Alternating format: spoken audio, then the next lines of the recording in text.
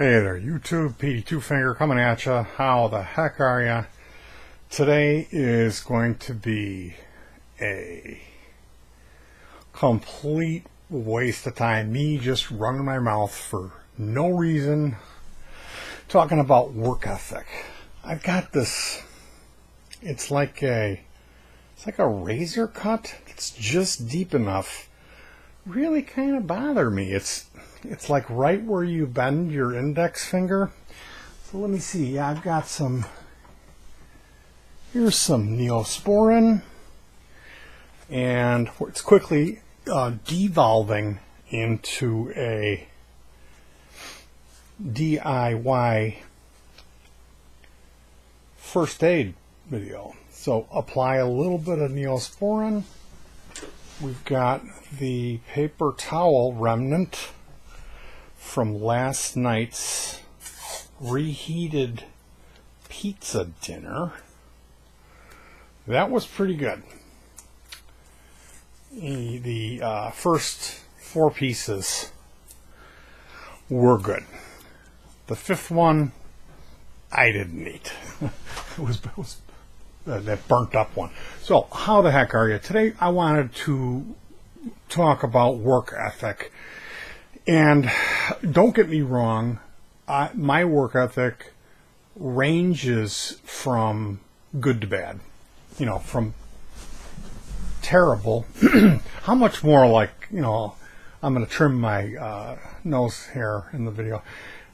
I can do well with it, and I really try to. See, here's the thing. This is kind of it's a whole thing here. For me, it's not the thing. The work is the thing. Meaning, ultimately, if it's a good project and I've got my chakras aligned, meaning I have the the right tools. A poor workman blames his tools is a lyric from a song that always runs through my head. But then there you have always use the right tool for the job. So life is balance. We need to find a happy medium in there of having the right type of tools and utilizing them, knowing, storing them properly where you can access them. We could get into stuff like, do you need to write a list?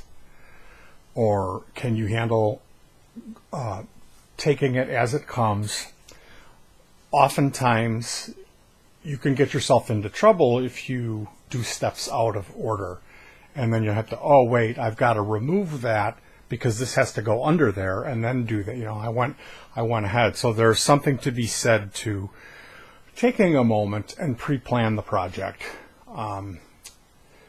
So beyond all those sorts of obvious things, I'm more focusing on the emotional aspect of it, about getting carried away. And there's a couple things: being in a hurry, being hot, like if I'm pouring sweat, and for some reason it's not medication, although I think that plays a small role in it. I come from a family of larger people that sweat, and I wear glasses, so that sweat will get it, like humidity comes out and I get like fog in my glasses and I can't see, and then the sweat will actually fall into the inside of the lenses. So yeah, if you're like me, you know about that. You know about wearing bandanas, having multiple bandanas and rotating them. Utilizing a fan is a really good idea, just to have the air moving. And then, of course, the air conditioner, but nothing beats just good old-fashioned fan. We can't always have these sorts of luxuries. One of the jobs that I had was I was an aerial cable splicer. Now, I don't want to say I was an aerial cable splicer because we did some groundwork, but it was aerial. The groundwork was few and far between. And what that job entails is carrying a ladder which weighs anywhere from 35 to 50 pounds. And then, in my case, I had a heavy tool bag. My tools were 30, 35 pounds, and then whatever the equipment was. We would work out of a van with 2 guys, sometimes 3 guys out of a van, which was really pushing it. Because you stack, you put a ladder on each side, and then one ladder has a double stack.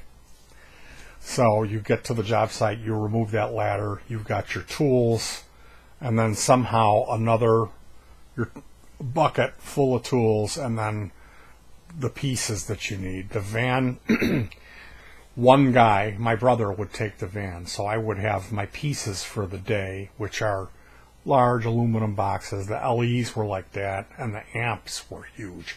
The amp was really, it was very, like 45 pounds. So my record was 18 locations in one day, and when you would arrive, usually there's a fence that's locked, so you have to come carrying the ladder on your shoulder. My shoulder's still sore. I did this in a Y2K. And then the 35-pound bucket, and then however, I would have a pile of my parts would be at a tree. I would leave them at a tree, and then I would go and do this, come back and grab the next location, run down. And you would have to go through each yard. You would have to walk up and unlatch the fence. And then a dog would come running out. And so when you get to the back of the yard where the cable was, you couldn't just go down the line because they have fences.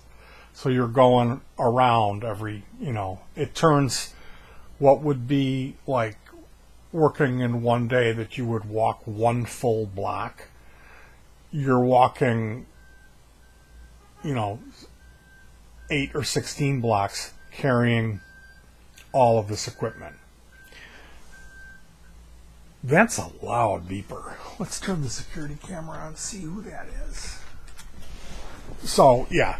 As far as a challenging job, when you got up, once you set the ladder up and climbed up there, you would have to take a torch and heat up this shrink boot that would go over these fittings. So you would heat that shrink boot up and then cut it with a box cutter, big heavy-duty razor knife, and then use a regular screwdriver to break that off. And then you get in there with these adjustable wrenches and wrench off these fittings if they came off. Then you would use what's called a coring tool, which is this big tube that has blades in it on an 18-volt rechargeable drill. You would take that cable and core it down, you got to give it a good one. And then you do the other one, and then you would place the fittings on it, tighten one end of the fitting, tighten the other end of the fitting. Oh, you forgot to put the shrink boot on. Take it off, put the heat shrink on there, put it back together, slide the heat shrink up, and then shrink that down with a torch. And then you were supposed to cut off all of the drops. The cable would break down to regular coaxial cable, like what you would screw into your satellite box or your VCR back then, or your TV for the cable. This is cable TV parts that we're doing. So you would cut, let's say there's 4 houses off of that one tap. So you would cut all 4 of those off and then use this tool that you would have to break your hand. You would have to press so hard. So that made this dent in your palm that still hurts.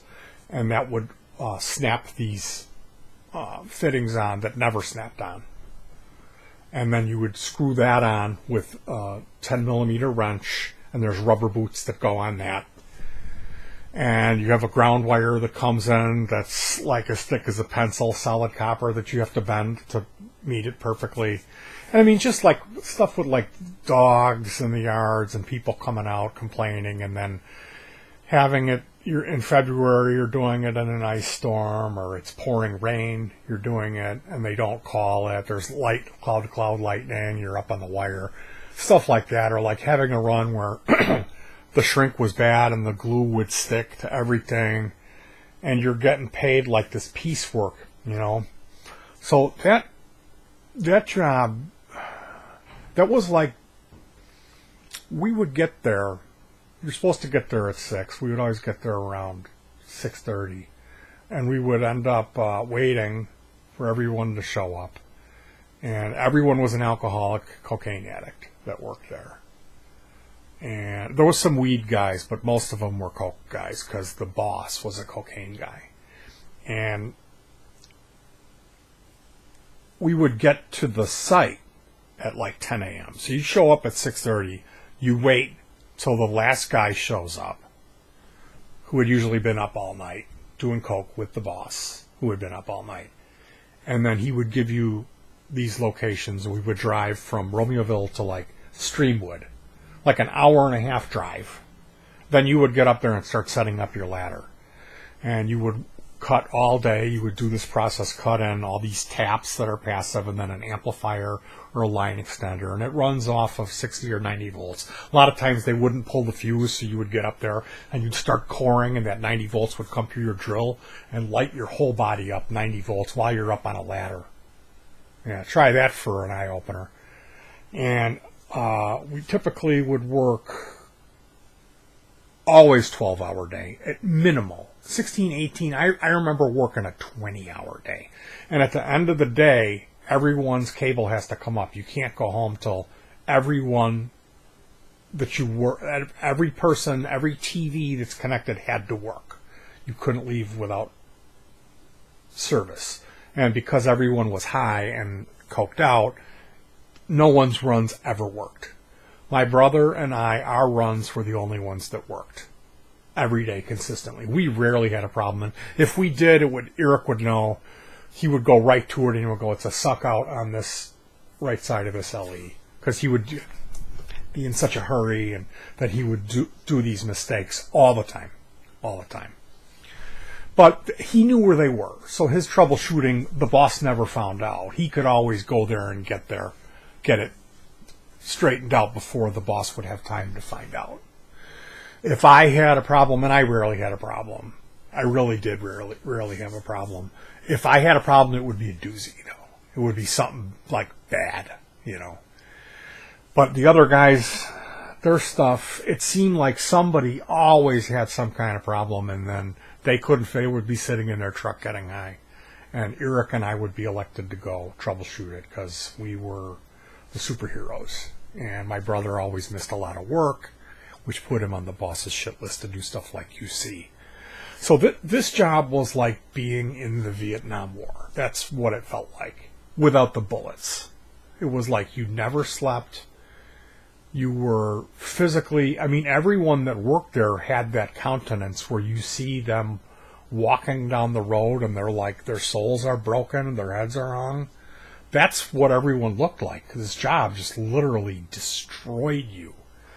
And my brother worked so unbelievably hard to compensate when he was there because he had this incredible cocaine addiction that he was just furious the whole time because we always had to beat everybody and get done first to prove to the boss, Jamie, that we were the best, and then that he would be able to do his crack and not get fired. And it worked. He was going on runs and getting coke for Jamie on the clock, stuff like that. So working under those conditions brought me, at 2 years in, I had a nervous breakdown.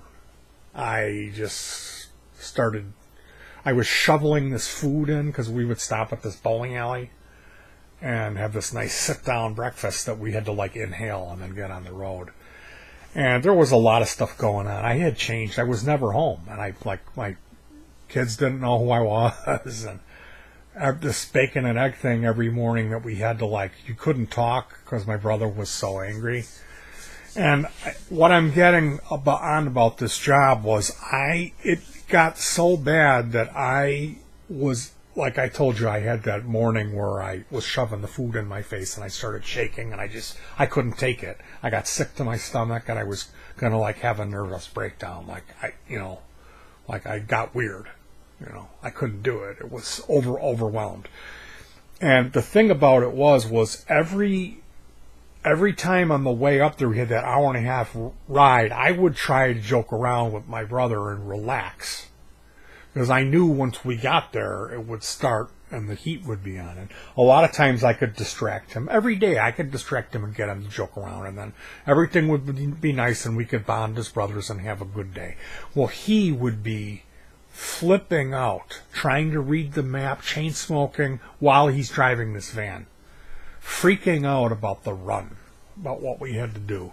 And what I quickly came to learn was every time that he kept saying, "Oh, this is going to be really bad. This is bad. Oh, this is bad. Oh, it would be no problem."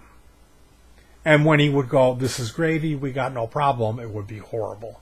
So I learned to just relax, let it ride. When you get there, when you get to the node, you hustle, you do your thing, but I'm not going to get stressed out and ruin it.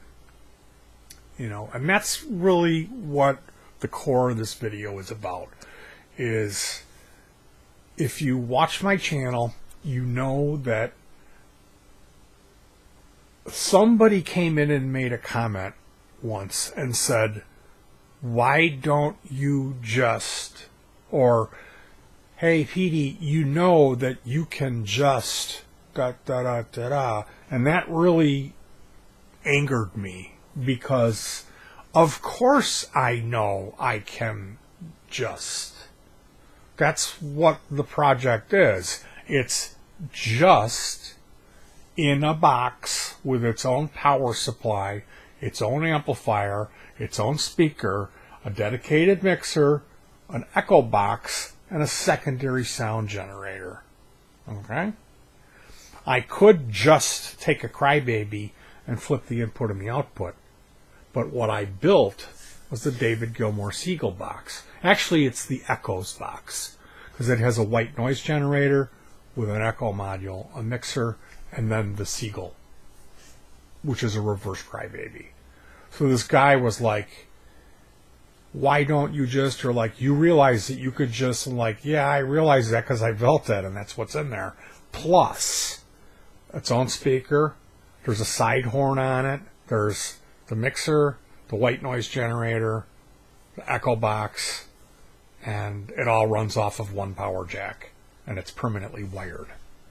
So if you need that Siegel effect from Pink Floyd, or the white noise, wind noise, with through the built-in echo and everything, you just grab this and it does it all. So getting back to my point, my channel is not the things that I do. I realize I could just buy a Roland Microcube and then buy rechargeable AA batteries, and I could make my band that way with little Roland Microcubes with 4-inch speakers. Okay, but what I've done is we have 12-inch speakers, and we have 100-watt Class D amps. That's what they're rated at. I realize with 24 volts using 8-ohm speakers, it's less. I don't care. I say 100 watts because that's what it's rated at when I buy it on the eBay auction. Yeah, it's probably 30 to 60. Do I care? No. Getting back to the point, this channel is like my kind of diary of my life. It's what I do, my accomplishments. When I do a project, I should make a video and put it up on here. Now, I got discouraged because of negative comments and how much work that goes in to make one of these things. There is so much stuff that I've done that's not on this channel. A fraction of what I do ends up on this channel. And so making these types of videos where I just run my mouth is much more easier and a better waste of my time. So what am I getting at with all these war stories about this shitty job and everything is the thing is not the thing. The work is the thing for me. The thing meaning what I get off on. Why am I doing this stuff? It's not for the thing that I'm making. The thing is just what's left over after the work. So realizing that and coming to grips, escaping denial and accepting the situation, the reality that I'm a workaholic is what I have to do. That something's not right.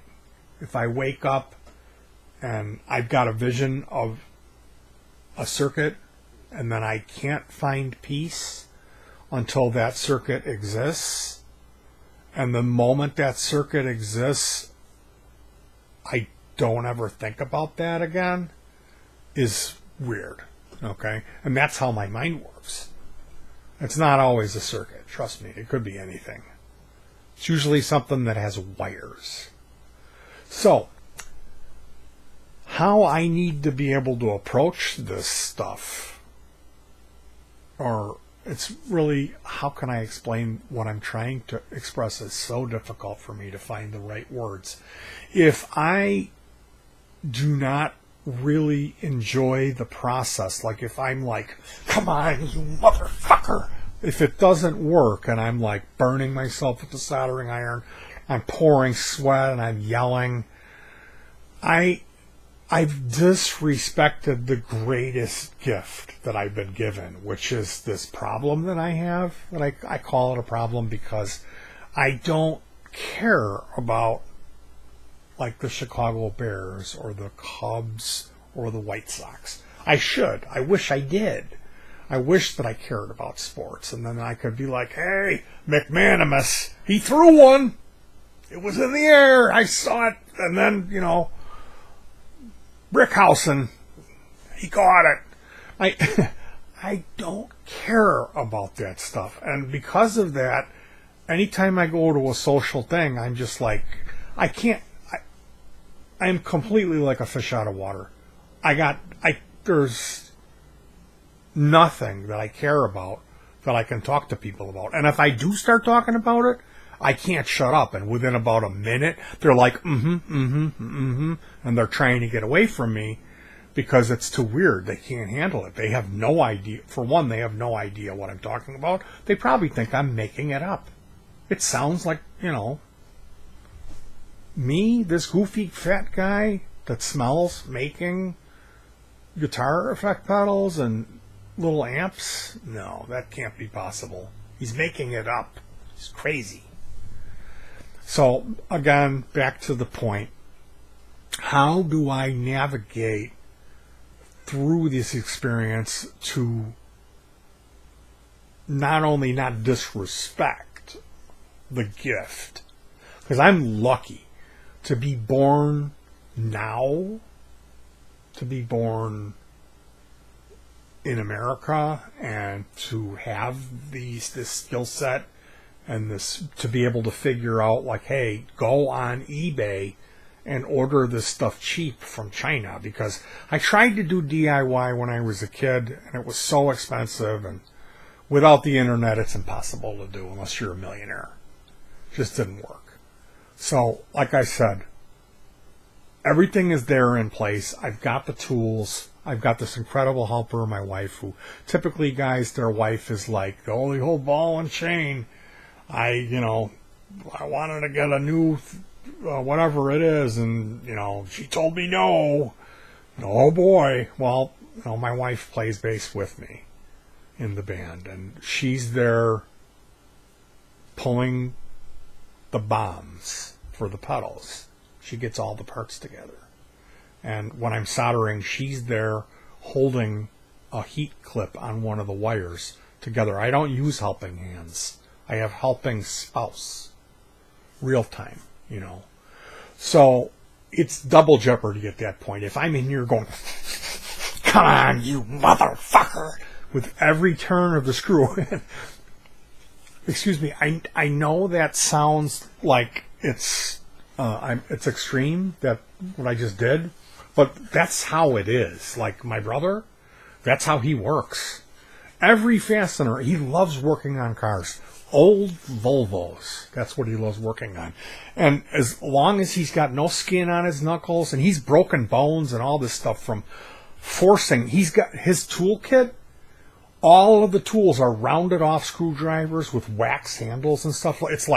It's really weird. Like the tools that he has, all of his broken tools that he loves, that are, sockets with electrical tape holding them together, and he actually gets all the bolts and everything is rusted and frozen and stripped, and he's just like, come on, you motherfucker. And he's like, yeah, or he won't respond at all. Like he'll throw a fit over this fastener.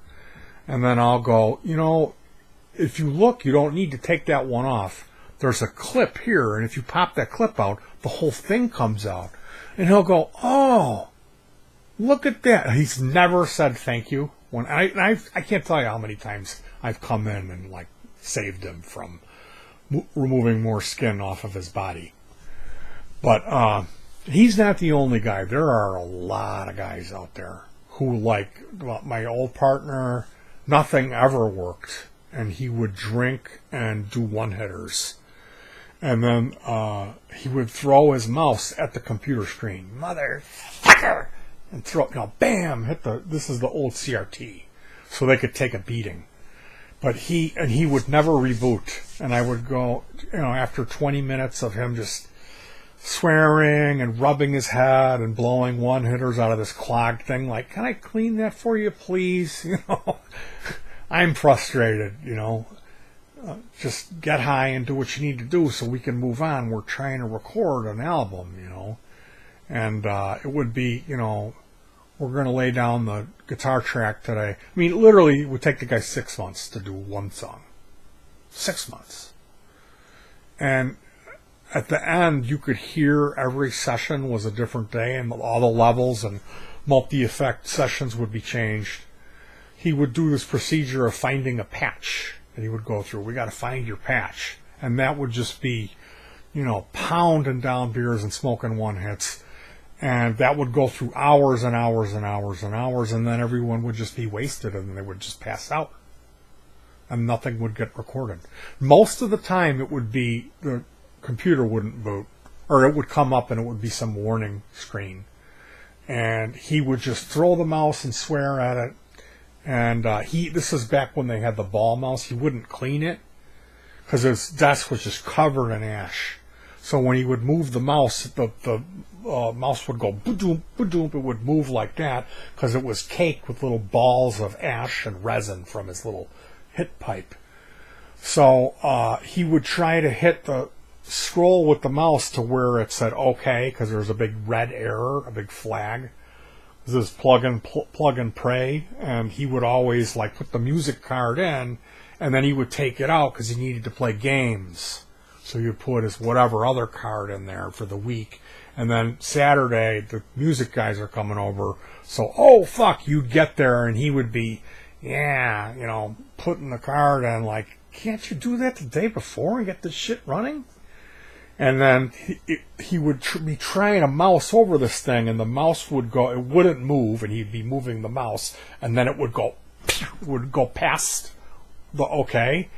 And I saw him do this for hours, and then he would eventually, motherfucker, and he would throw the mouse at the screen, and it would ricochet off. So I've sat there and worked with people like that, and I would be begging him, like, do you think we could try rebooting it? And then he would go, like, helter-skelter, like Charles Manson, like, I'll fucking kill you, you're gonna tell me to reboot my shit? Because if you rebooted it, then I guess the hard drive only has so many boots in it, and he was so cheap, and he thought that if you just kept chugging down Busch Light, and the more you would clog your one hitter, then eventually the error would just fix itself. So working with these types of people, it shows me like what not to do. And I know when it's hot and I'm pouring sweat, and the wires that I'm working with haven't been bent into a proper position to lend them to an easy solder connection, or just some kind of stuff like that, I can really get carried away. Now with my back pain, I can get nasty too when I work. So let's not ruin it. Let's honor the gift we've been given and just flow through our work with grace. And then you know what? If you're like realistic about it and you go, this is going to take me 3 hours to get this cut in tonight, it's going to take you 9. Okay? So at that point, you need to do either set a time goal, or, you can never, when you start making assumptions like that, then you're going to start hurrying up and you're going to regret it. You're going to come out with the crooked, it's not straight.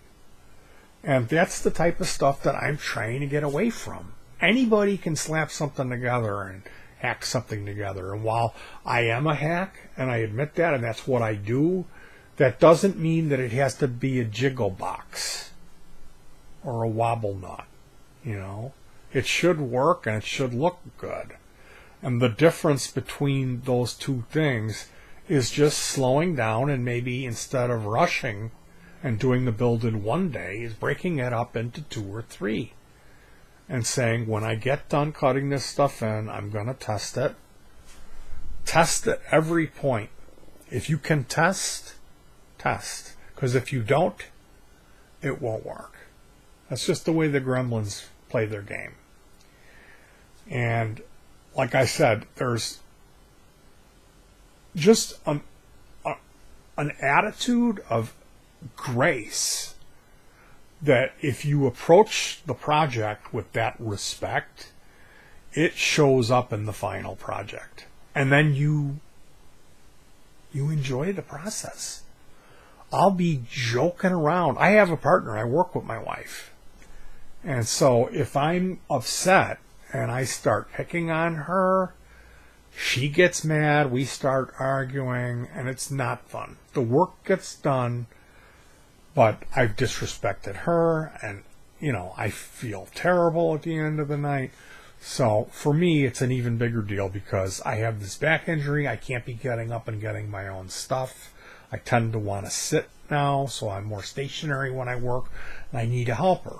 So I really got to watch what I do. But for the most part, even if I wasn't injured, I would still be working with my wife because I don't like being alone. I like having somebody with me, and she's cool. She enjoys the process as well as I do. So knowing what I know, seeing how these people can get carried away, and seeing how unbelievably dickish and just uncool it is to be that way.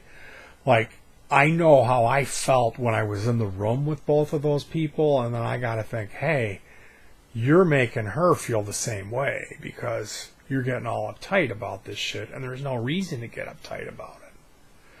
There is a certain element of the stereotypical male worker who's cursing and he's pissed off, and that's how you get the job done. And yeah, if you're under a deadline and you're under pressure and that's how you operate, fine. But that's what I'm talking about, of being the opposite of the goal that I would like to attain, is working through grace. And I think that, like I said, the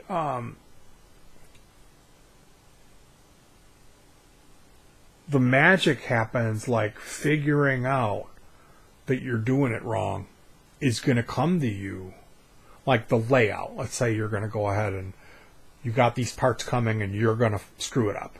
You're going to put something in and you're going to regret putting that in to the end of your days.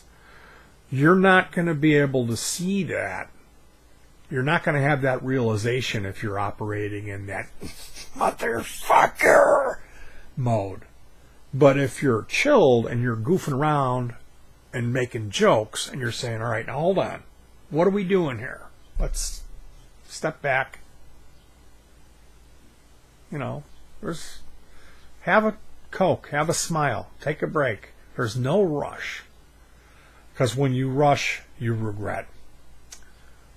It's really not that difficult. Positive and negative, black and red. Don't mix them up. Electronics is not, black arts. You don't get anointed by the dark one and then all of a sudden the electrons work with you. It's just get a Phillips screwdriver, crack the chassis, look at it. That's how stuff gets fixed, and that's how you learn.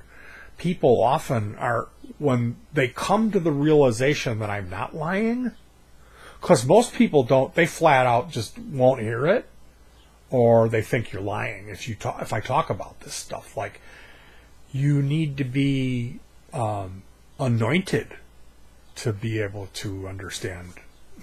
And there's nothing to it. The people that do this stuff, the paddle builders, these guys, the ones that are going to be honest about it, it's really not that complicated, So, knowing that and being at the point where I'm at, where I kind of can do this stuff, and then looking back at the mistakes I've made, rushing through stuff, regretting it, getting worked up while I worked. And I mean, like, a lot of times it's just unavoidable. Everybody has bad days, and when the sweat's pouring down and I can't see, my back is screaming, I'm gonna lose my cool. But that's why I'm making this video, is kind of ingrain the sensibility into my own self. It's not really to preach to you. This is for me making this video. So thank you for joining me in my work ethic pep talk today. May all of your projects fire up and work right on the first throw of the switch. My name's Petey Twofinger. Peace.